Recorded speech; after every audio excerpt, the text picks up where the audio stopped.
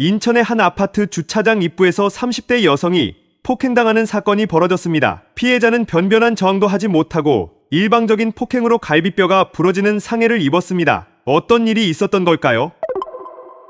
사건 시작은 이렇습니다. 20일 인천의 논현동 한 아파트. 피해자인 30대 여성은 주차장 출입구를 막고 있는 한 자동차 때문에 차를 빼지 못하고 있었습니다. 아파트 주차장은 아파트 주민 다수가 수시로 이용하는 장소인데 출입구를 막고 있는 것은 누가 봐도 비상식적인 행동입니다. 얼마나 기다렸을까? 한 남성이 문제의 차량으로 다가오자 피해자는 차를 이런 곳에 주차하면 어떡하냐고 따졌습니다. 그렇게 말다툼이 시작이 되었는데 이 남성은 적반하장으로 나오며 쌍욕을 하는 것도 모자라 이 여성 피해자의 머리채를 휘어잡고 내동댕이 쳤습니다. 이어서 머리채를 잡은 손으로 피해 여성을 이리저리 흔들며 여성의 얼굴과 몸통 등을 사정없이 폭행했습니다. 이 남성과 함께 나온 아내와 지인으로 보이는 대머리에 문신을 한 민소매 셔츠의 남자는 지켜보기만 합니다. 그 옆에는 아파트의 경비원으로 보이는 사람이 근처로 다가오지만 말리지도 않고 경비실로 들어갔습니다. 폭행이 지속되자 피해 여성이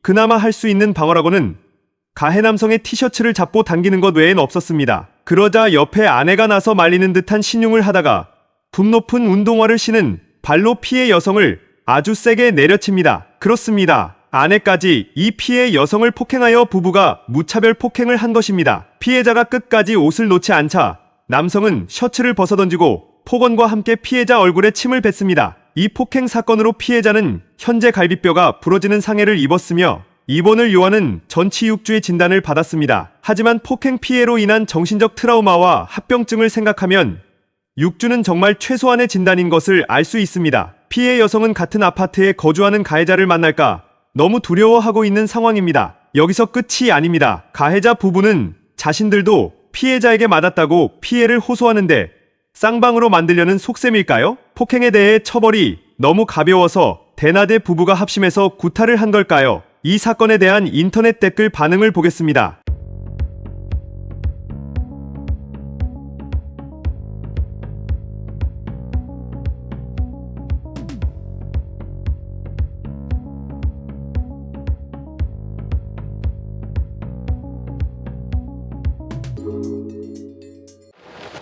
폭행 영상을 보다가 옆에 지인으로 보는 남성이 말리지 않고 가만히 있는 것도 참 의아했지만 그 옆에 아파트 경비원분의 대처도 무척 아쉬웠습니다. 물론 연세도 많으시고 본인에게 난처한 상황이 올 수도 있다는 것은 충분히 이해합니다. 하지만 그 아파트의 경비원인데 주민이 맡고 있으면 최소한 폭행을 말려주셨어야 하는 게 맞다고 봅니다. 우리나라의 법이 가해자에겐 엄격하지 못하고 피해자인 약자를 지켜주지 못하고 있다는 반증이겠죠. 불의에 대해서는 정당하게 맞설 수 있는 사회가 될 수 있도록 폭행에 대한 처벌 수위를 높였으면 하는 바람입니다. 이상으로 와디슈였습니다.